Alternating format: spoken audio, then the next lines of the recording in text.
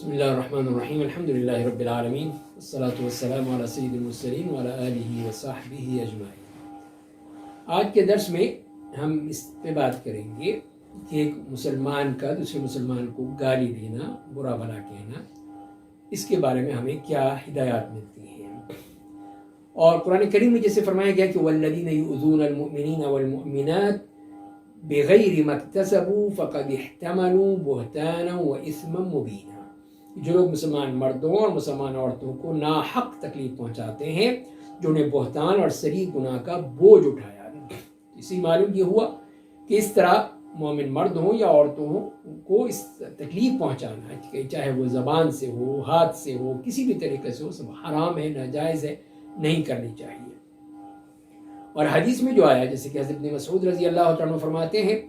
کہ رسول اللہ صلی اللہ علیہ وسلم نے فرمایا کہ سباب المسلم فسوق وقتالہ کفر، کہ مسلمان کو گالی دینا فسق ہے اور اس کو قتل کرنا کفر ہے۔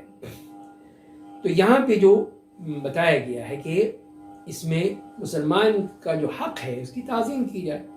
اس کو ناحق سب و شتم کرنا، برا بھلا کہنا، گالیاں دینا، لعنتیں بھیجنا، سب یہ غلط ہے، یہ فسق ہے، اور جو کرے گا وہ فاسق ہوگا۔ اور بعض اعمال کی شدت کی وجہ سے اس پہ کفر کا لفظ استعمال کر لیا جاتا ہے، اور سے مراد یہ ہوتی کہ کفر دون کفر، یعنی وہ کفر نہیں ہے جس سے انسان بالکل ہی خارج از اسلام ہو جاتا ہے، وہ کفر نہیں ہے۔ مطلب یہ ہے کہ لیکن اس کی جو قباحت ہے وہ اتنی زیادہ ہے جیسے کفر کی ہے، تو لہذا اسے کفر دون کفر کہا جاتا ہے۔ تو اس میں پھر یہ اس قسم کی بات آ جاتی ہے جسے قتال ہو کفر کہا ہے، کہ مسلمان کو قتل کرنا کوئی آسان بات نہیں ہے، کوئی معمولی چیز نہیں ہے کہ جیسے آپ نے کسی مکھی مچھر کو مار دیا، اس ایسی بات نہیں ہے، بلکہ اس کا مارنا جو ہے وہ بہت بڑا گناہ ہے، تو اس سے پھر بچنا چاہیے، اور اسی کے لیے پھر یہ الفاظ آپ نے استعمال کیے۔ اور حضرت ابو ذر رضی اللہ تعالیٰ عنہ کی حدیث میں آتا ہے کہ انہوں نے رسول اللہ علیہ وسلم کو فرماتے ہوئے سنا ہے کہ لا یرمی رجل رجلا بالفسق او الکفر الا ارتدت علیہ ان لم یکن صاحبہ کذلک، کہ آپ نے فرمایا کہ کوئی آدمی کسی دوسرے آدمی پر فسق یا کفر کی تہمت نہ لگائے، اس لیے کہ اگر وہ جس پر تہمت لگائی جا رہی ہے ایسا نہ ہوا تو پھر یہ تہمت اسی کی طرف واپس لوٹ آئے گی۔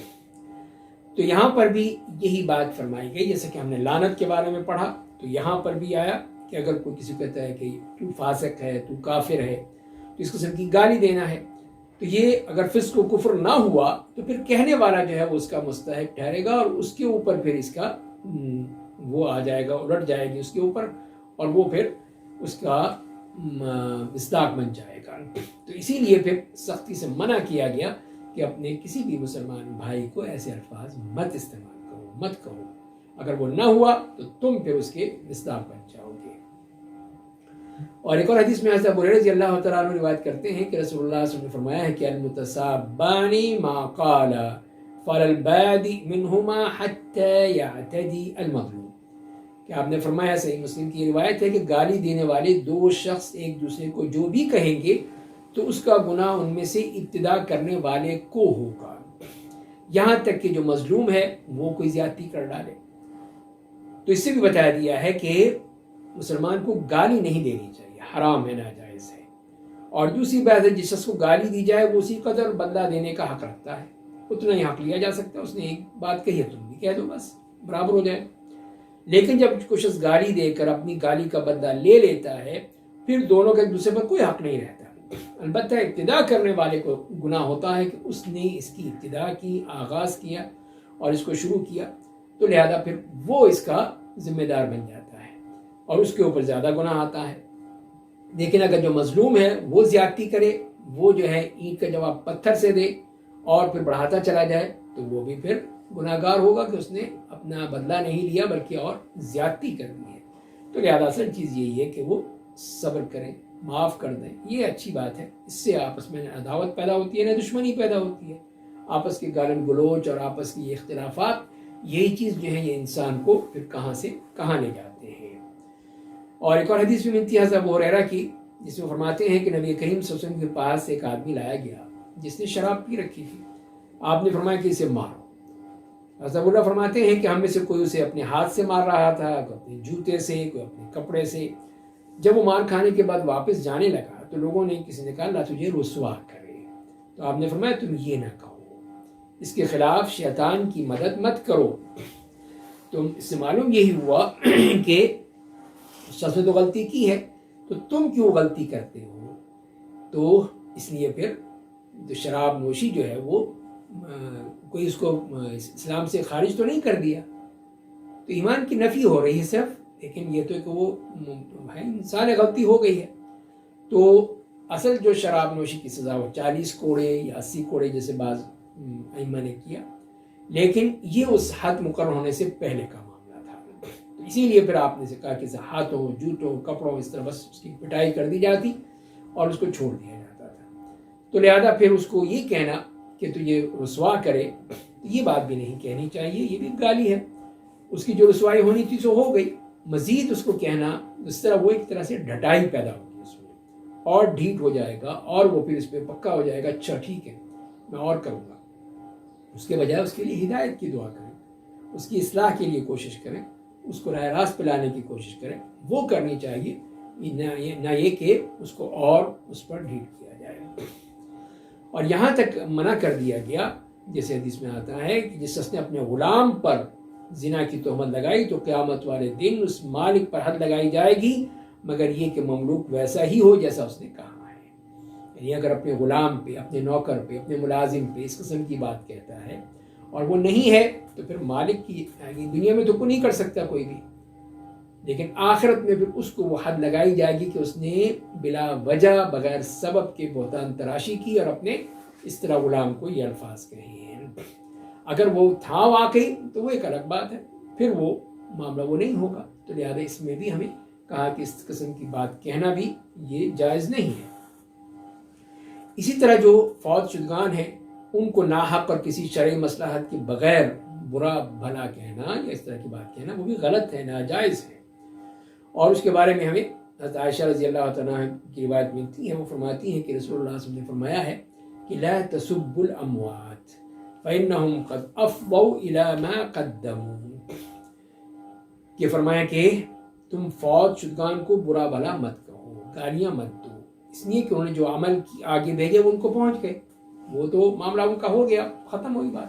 اب تمہیں گالیاں دینے سے، برا بھلا کہنے سے کیا فائدہ ہوگا؟ تو لہذا پھر یہ مردوں کو گالی دینا اور برا بھلا کہنا حرام ہے، ناجائز ہے، نہیں کہنا چاہیے۔ اور فوت شدگان نے جو بھی عمل کیے اچھے ہیں یا برے ہیں، اب وہ چلے گئے، ان کے ساتھ چلے گئے، اب ان کو گالی دینے کا کیا فائدہ؟ اب آپ ان کو یہ کہا کہ یہ کیا تھا، وہ کیا تھا، یہ تھا وہ، تو اس قسم کی باتیں کرنا، تو اس سے معلوم یہ ہوا جس طرح کے زندہ لوگوں کو تکلیف دینے کی ممانعت ہے، منع کیا گیا، اس طرح جو مردہ لوگ ہیں، فوت شدہ ہیں، ان کی بھی اس طرح تکلیف دینا یہ بھی منع ہے، اس کو بھی منع کر دیا گیا۔ وہ جائز نہیں ہے کہ اس کے پیچھے اس کی برائیاں کی جائیں اور اس کے ساتھ اس طرح کہا جائے،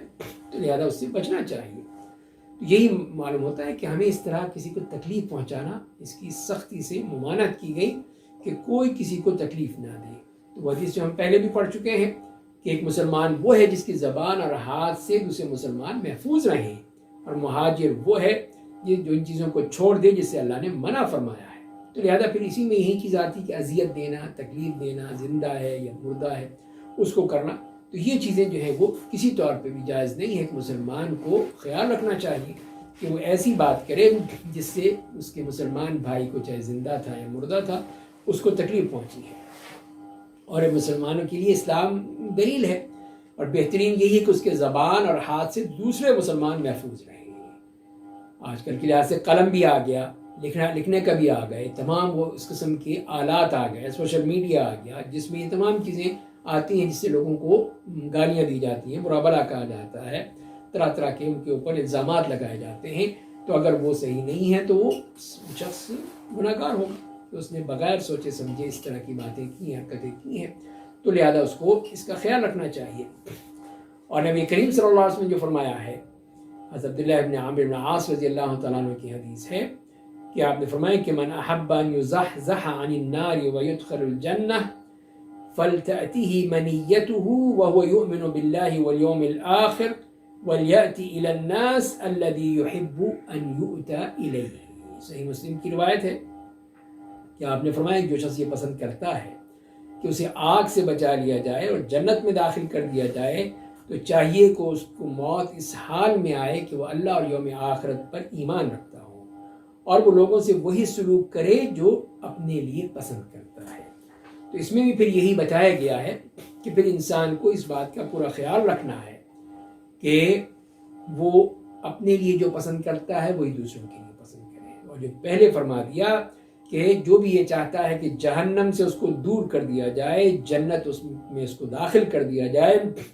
تو پھر وہ موت اس وقت آئے جب کہ وہ اللہ پر ایمان اور قیامت پر پختہ ایمان ہو۔ تو یہ ہے کہ مرتے دم تک اسی دین پر قائم رہنا، اسلام پر قائم رہنا، یہ ہے اصل ایک مومن کی شان اور مومن کی خصلت کہ وہ اس معاملے میں پوری طرح اللہ تعالیٰ کے احکام پر گامزن رہتا ہے، مرتے دم تک اس پر قائم رہتا ہے، اور یہی اس کی دعا ہوتی ہے۔ اور دوسری بات یہی ہے کہ لوگوں کے پاس کے لیے وہی آئے جو وہ چاہتا ہے اپنے لیے۔ تو جب اپنے لیے ہی چاہے گا تو وہ اچھی بات چاہے گا، بری بات تو نہیں چاہے گا۔ تو ظاہر ہے کہ پھر جو اپنے لیے چاہتا ہے وہی دوسروں کے لیے چاہنا چاہیے اس کو، اور دوسروں کے لیے مانگنی چاہیے، اللہ تعالیٰ سے بھی اور اپنے سے بھی اور لوگوں سے بھی۔ تو یہ پھر اس سے کہا گیا ہے کہ وہ لوگوں سے وہی سلوک کرے جو اپنے لیے پسند کرتا ہے، اور اسی میں پھر یہ تکلیف کا معاملہ آ جاتا ہے، گالی دینے کا، لعنت کرنے کا، برا بھلا کہنے کا، اور اس قسم کے جتنے بھی مسائل ہیں وہ سب اسی میں شامل ہو جاتے ہیں۔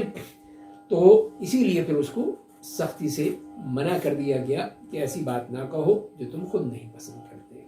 اور اسی میں پھر وہ آ جاتی ہیں کہ یہ بغض رکھنا ہے، آپ سے قطع تعلق رکھنا ہے، ایک دوسرے کی پیٹھ پیچھے برائی کرنی ہے،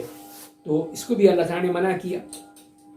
قرآن کریم میں بھی، اور یہی فرمایا گیا کہ مسلمان تو بھائی بھائی ہیں، انما المؤمنون اخوہ، یہ کہا گیا۔ اس کا خیال رکھنا چاہیے کہ بھائی چارہ ہے۔ اور پھر حدیث میں یہ آتا ہے، انس فرماتے ہیں کہ نبی کریم صلی اللہ علیہ وسلم نے فرمایا کہ لا تباغضوا ولا تحاسدوا ولا تدابروا ولا تقاطعوا وكونوا عباد الله اخوانا ولا يحل لمسلم يحجر اخاه فوق ثلاث، کہ آپ نے فرمایا کہ باہم بغض نہ رکھو، حسد نہ کرو، ایک دوسرے سے اعراض اور قطع تعلق مت کرو، اللہ کے بندو بھائی بھائی بن جاؤ۔ کسی مسلمان کے لیے جائز نہیں ہے کہ اپنے کسی مسلمان بھائی کو 3 دن سے زیادہ ترک تعلق رکھے، چھوڑے رکھے، یہی جائز نہیں ہے۔ تو اس طرح اللہ تعالیٰ نے بھی جو قرآن میں کہا، اور اس طرح نبی کریم صلی اللہ علیہ وسلم نے جو احادیث میں بیان کیا کہ آپس میں بغض رکھنے سے منع کر دیا گیا، بھائی بھائی بنایا گیا، تو آپس میں محبت ہونی چاہیے، بغض تو نہیں ہونا چاہیے۔ آپس میں حسد کرنے سے منع کیا گیا، اس لیے کہ یہی تو اصل شر کی ابتدا ہے، وہیں سے حسد سے ہی انسان وہ شر میں ہو جاتا ہے۔ اور پھر یہ کہ 3 دن سے زائد کسی مسلمان سے اس طرح کا تدابر، تقاطع، جدائی اور یہ سب چیزیں جو ہیں یہ جائز نہیں ہے۔ صرف 3 دن کی مہلت دی گئی، اس کے بعد پھر ضرور اس کو پھر واپس آنا چاہیے، صلح کر لینی چاہیے۔ اور یہ امور دنیا کے متعلق ہے، اگر یہ ناراضگی اور قطع تعلق دینی امور کی وجہ سے ہے تو پھر یہ 3 دن سے زائد ہو سکتی ہے اگر اس کی سزا دینی ہے۔ جیسے کہ کعب بن مالک رضی اللہ عنہ کا واقعہ، غزوہ تبوک واپس رہ جانے کی وجہ سے ان کے اوپر 50 دن تک ان سے قطع تعلق کیا گیا، ایک سزا بھی تھی۔ تو لہذا اصل چیز یہی ہے کہ مسلمان جو ہے وہ آپس میں جب تعلق رکھیں گے تو ان کے اوپر یہ نوبت نہیں آئے گی۔ اور نبی کریم صلی اللہ علیہ وسلم نے یہی فرمایا ہے کہ جنت کے دروازے پیر اور جمعرات کو کھولے جاتے ہیں، بس ہر اس بندے کو بخش دیا جاتا ہے جو اللہ کے ساتھ کسی کو شریک نہیں ٹھہراتا، اور سوائے اس آدمی کے اس کے اور اس کے کسی مسلمان بھائی کے درمیان عداوت ہو۔ تو کہا جاتا ہے ان دونوں کو مہلت دی جائے حتیٰ کہ دونوں صلح کر لیں، ان دونوں کو مہلت دی جائے یہاں تک کہ وہ صلح کر لیں۔ اور مسلم کی روایت میں یہ بھی آتا ہے کہ ہر جمعرات اور پیر کو اعمال پیش کیے جاتے ہیں۔ تو یہ دیکھیے اللہ تعالیٰ کی طرف سے کتنا بڑا احسان ہے کہ وہ پھر مہلت دے دیتا ہے کہ اگر یہ دونوں ناراض ہیں تو ان کی ابھی مغفرت نہیں ہوگی جب تک کہ یہ صلح کر لیں، اگر صلح کر لیتے ہیں تو مغفرت ہو جاتی ہے۔ تو اس طرح پھر اللہ تعالیٰ کی طرف سے ان کو ایک تنبیہ کر دی گئی ہے کہ اللہ تعالیٰ تو ہر پیر اور جمعرات کو اس طرح اعمال چیک کرتے ہیں، دیکھتے ہیں اور ان کو معاف کر دیتے ہیں، ان کے گناہوں کو معاف کر دیتے ہیں، سوائے ان لوگوں کے کہ جو اس طرح قطع تعلق کیے ہوئے ہیں اور ایک دوسرے سے ناراض ہیں، تو ان کو کہا جاتا ہے کہ صبر کر لو، دیکھ لو جب تک کہ یہ صلح نہ کریں۔ صلح کر لیں تو ٹھیک ہے، ورنہ پھر وہ اللہ تعالیٰ کی ناراضگی بھی ان سے برقرار رہتی ہے۔ اللہ تعالیٰ ہمیں عمل کرنے کی توفیق عطا فرمائے۔ وآخر دعوانا الحمد للہ.